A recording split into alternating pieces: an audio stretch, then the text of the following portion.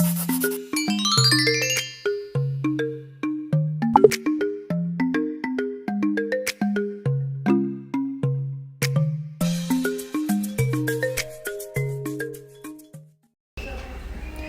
semuanya, aku mau kasih tahu ke kalian kalau kalian mau nyari barang-barang Shopee, kalian bisa langsung cek Instagram aku.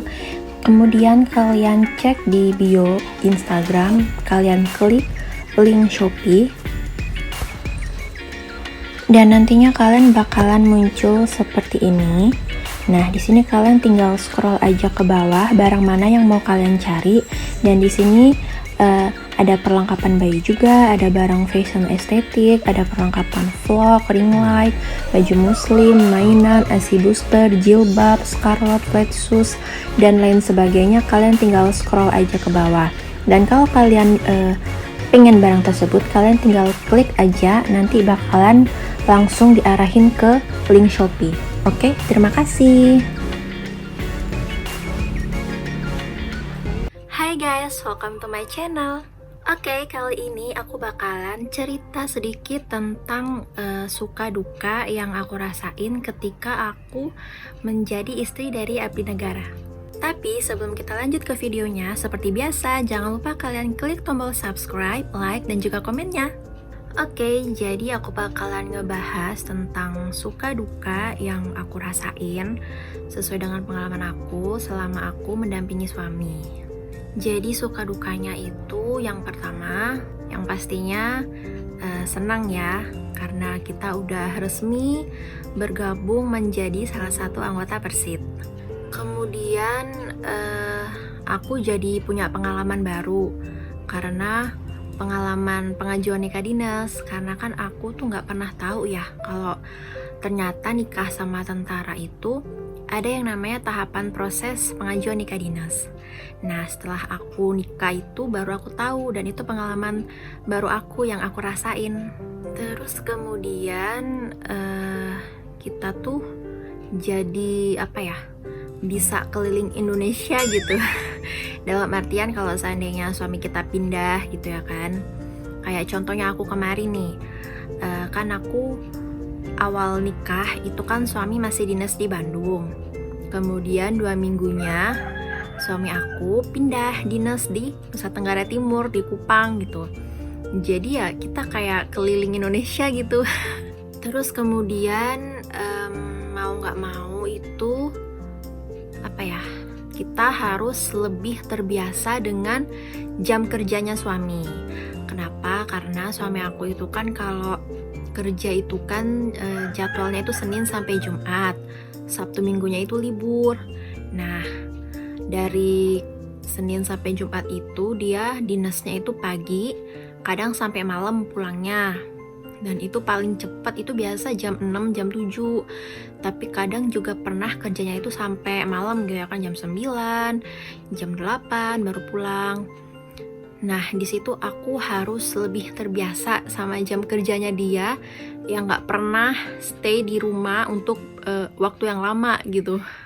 Bahkan hari Sabtu Minggu yang seharusnya jadwal dia libur gitu kan, kadang itu masih ada panggilan dinas. Jadi ya mau nggak mau suami harus pergi untuk dinas gitu, karena memang kan jam kerjanya mereka itu berubah-berubah. Ya aku harus terbiasa akan hal itu.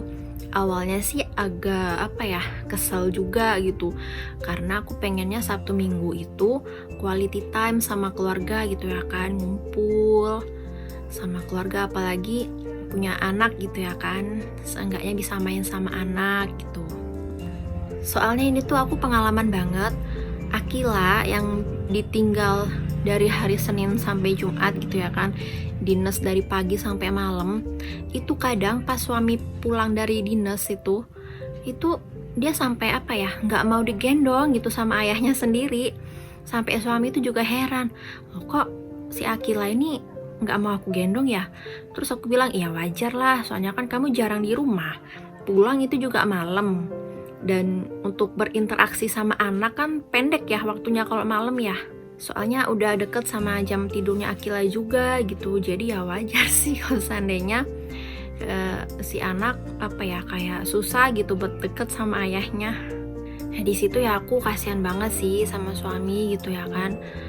Dikala suami pengen main sama anak, pengen ngomong anak, tapi si Akilanya nggak mau karena emang jarang banget ngelihat ayahnya di rumah kan, ya karena itu tadi sibuk dinas gitu dari pagi sampai malam. Kadang juga hari liburnya itu bisa dipakai untuk dinas. Jadi ya aku sebagai istri ya udah terbiasa sama jam kerja mereka yang selalu berubah-berubah. Dan kalian bisa bayangin ya, yang suaminya satgas gitu, yang berbulan-bulan gak pulang gitu kan. Jadi kita tuh dituntut sebagai ibu, sebagai ayah, dikala suami kita itu lagi satgas gitu ya kan, lagi penugasan gitu.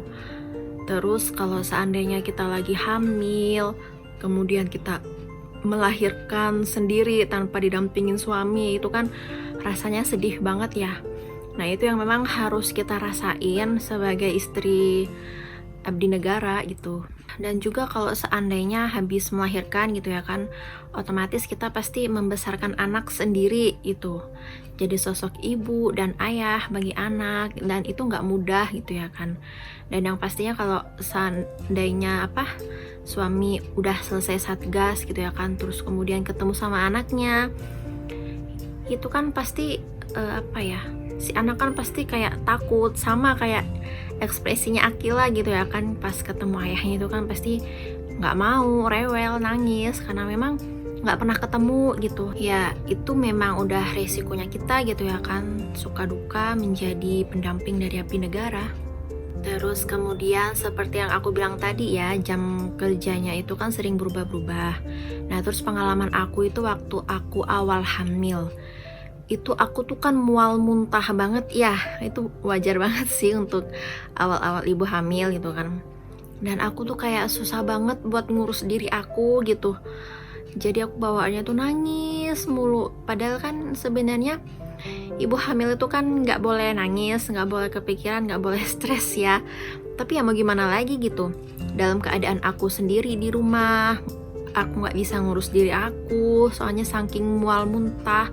Aku sampai bed rest, aku mau berdiri, mau duduk itu aja tuh udah pusing banget. Jadi aku kerjaannya sepanjang hari tuh cuman tidur gitu. Jadi mau gak mau ya alhamdulillah aku punya suami yang pengertian gitu ya kan. Sekalipun dia sibuk dinas pagi gitu, tapi dia masih sempet-sempetin beliin aku sarapan bubur kacang hijau gitu ya kan. Karena dulu awal hamil aku tuh nggak bisa makan nasi, sama sekali nggak bisa makan nasi.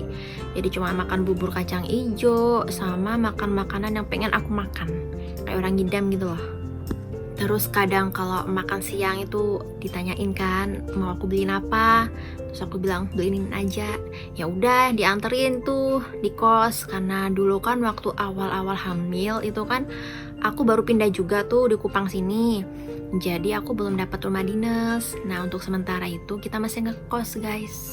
Jadi selama aku di kos itu ya aku sendiri, suami aku pergi dinas itu. Tapi kalau untuk siangnya kadang dia pulang ke rumah ya kan, nganterin aku makanan, kemudian dia balik lagi untuk dinas. Jadi ya bener-bener mereka tuh nggak bisa stay 24 jam di rumah sekalipun itu hari libur. Jadi kadang ada orang yang baru pindah satuan itu langsung dapat rumah dinas, ada juga yang baru pindah satuan tapi belum dapat rumah dinas. Itu tergantung dari tempat dinasnya yang baru gitu ya kan, dan juga tergantung dari rumah dinasnya, apakah sudah terisi penuh atau sudah ada yang kosong. Bahkan pengalaman aku waktu aku hamil tua ya, udah mau masuk 9 bulan gitu.